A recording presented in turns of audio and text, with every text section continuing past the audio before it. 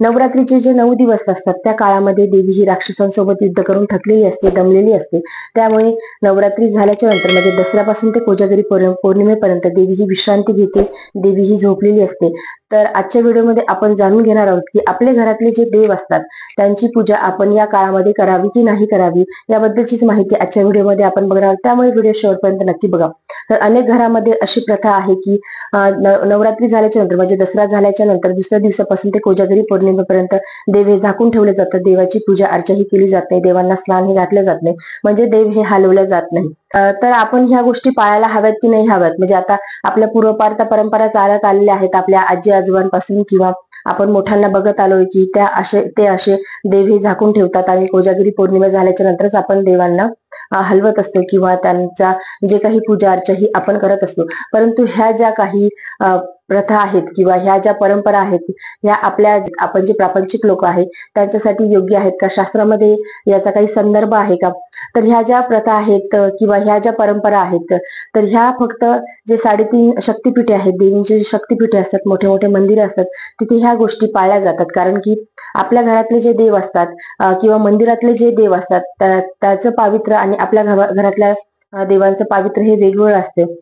म्हणजे आपण ह्या ज्या मूर्ती आहेत ह्या सतत हलवत असतो किंवा पूजा करताना हलवत असतो, परंतु जे मंदिरातले देव असतात, जे गाभाऱ्यातले जे देव असतात त्यामध्ये खूप पावित्र्य असते, ते हलवलं जात नाही. तर ह्या सगळ्या गोष्टी आहेत.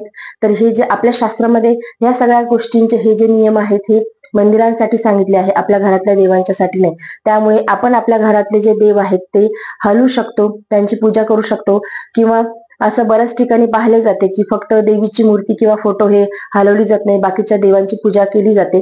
तर बाकीच्या देवांची पूजा तुम्ही जर तसं करत असाल, आता हा प्रत्येकाचा भाव आहे की काय करायचं काय नाही, परंतु जर तसं होत असेल की फक्त तुम्ही देवींचा फोटो किंवा मूर्तीची पूजा करत नाही, बाकीच्या देवांची पूजा ही करता, तर तुम्ही तसं करू शकता. परंतु आपल्या शास्त्रामध्ये याला काही संदर्भ आढळत नाही. हे सगळे जे नियम आहेत हे आपल्या प्रापंचिक लोकांसाठी नाही, घरातल्या देवांच्यासाठी नाही. हे सर्व जे नियम आहेत ते आपल्या मंदिरांच्या देवांच्यासाठी आहेत की जे जिथे आपण मी जसं तुम्हाला सांगितलं की घरातले देव आणि मंदिरातले देव यामध्ये खूप फरक असतो. मंदिरामध्ये खूप पावित्र्य असते, त्या मंदिरातल्या गर्भगृहामध्ये खूप पावित्र्य असते. त्यामुळे तिथे ह्या सगळ्या गोष्टी ह्या नियम हे पाळले जातात. आपण आपल्या घरातल्या देवांची पूजा अर्चनाही करू शकतो. नियमितपणे आपण ज्या ज्या सेवा ह्या करतो त्या सेवा आपण करू शकतो, त्याला काहीही हरकत नाही. म्हणजे आपण जर का देवांची सेवा उपासना केली तर आपल्याला त्याचं चांगलं फळच मिळणार आहे. कुठलेही देव असो, आपण जर त्यांच्याकडे गेलो तर आपल्याला आशीर्वादच देतात. आपण त्याची सेवा उपासना केली तर आपल्याला ते आशीर्वादच देतात. त्यामुळे तुम्ही निश्चिंत मनाने तुमच्या घरातली देवांची सेवा उपासनाही करू शकता, त्यांना स्नान घालू शकता, देव हे हलू शकता. परंतु आता मी जसं तुम्हाला सांगितलं की कुठे कुठे अनेक जण फक्त देवीच्या मूर्तीची फोटोची पूजा करत नाही, बाकीच्या देवांची करतात. तुमच्याकडे तशी पद्धत असेल तुम्ही तसं करा, परंतु शास्त्रामध्ये याला काही संदर्भ आढळत नाही. ह्या सगळ्या गोष्टी हे जे नियम आहेत हे फक्त मंदिरातल्या देवांच्यासाठी असतात, आपल्या घरातल्या देवांच्यासाठी नसतात. त्या एक चांगली माहिती मिळाली, ते आपण त्यानुसार देखील ती अवलंब करून आपण पुढेही जाऊ शकतो. परंतु तुमच्याकडे जर का तशा पद्धती ह्या आजपर्यंत चालत आल्या असतील तर तुम्ही तसं देखील करू शकता. परंतु शास्त्रामध्ये हे जे नियम आहेत हे फक्त मंदिरातल्या देवदेवतांच्यासाठी सांगितले आहे, आपल्या घरातल्या देवदेवतांच्यासाठी नाही. मी जसं तुम्हाला सांगितलं की मंदिरातली ऊर्जा ही वेगळी असते, आपल्या घरातली ही ऊर्जा वेगळी असते. आपण आपल्या सोयीने घरामध्ये पावित्र्य राखण्याचा नक्कीच प्रयत्न करतो. जेवढा आपल्याच्यानं शक्य होईल तेवढा आपण आपल्या घरामध्ये पावित्र्य राखण्याचा प्रयत्न करत असतो. तरी सुद्धा मंदिरातलं पावित्र्य, ते गर्भगृहातलं जे पावित्र्य असते, देवांच्या मूर्तीचं तिथलं पावित्र्य असते ते वेगळं असते आणि आपल्या घरातल्या मूर्तींचं वेगळं असते. आपल्या घरातल्या मूर्ती ह्या चल विचल स्वरूपाच्या असतात, म्हणजे आपण पूजा करताना त्या हलतात आणि आपण त्याला नेहमी करता हलवत असतो. परंतु मंदिरामध्ये तसं नसते.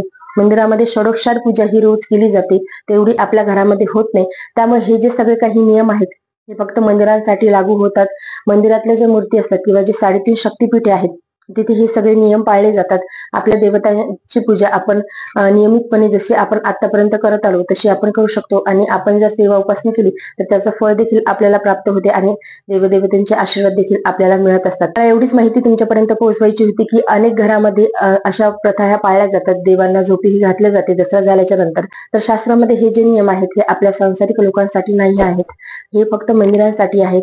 एवढीच माहिती मला तुमच्यापर्यंत पोहोचवायची होती. माहिती तुम्हाला कशी वाटली मला कमेंट बॉक्समध्ये नक्की सांगा. जय गजानन. धन्यवाद.